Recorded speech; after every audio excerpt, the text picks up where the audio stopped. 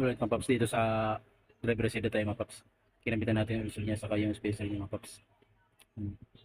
Nakalapat na ng maayos yung usul mga paps. Dito na mga paps. Susunod natin yung inner na bearing mga paps.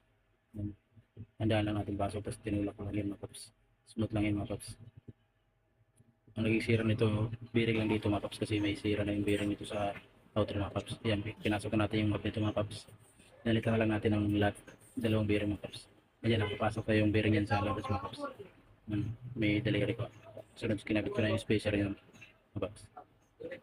Yan na yung nakalapat yan sa bearing, yung outer bearing mga paps.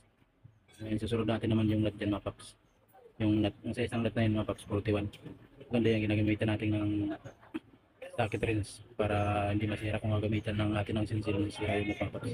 Kagalan, kaya maganda. Gumamit tayo ng socket rings mga paps. Size 41, report drive.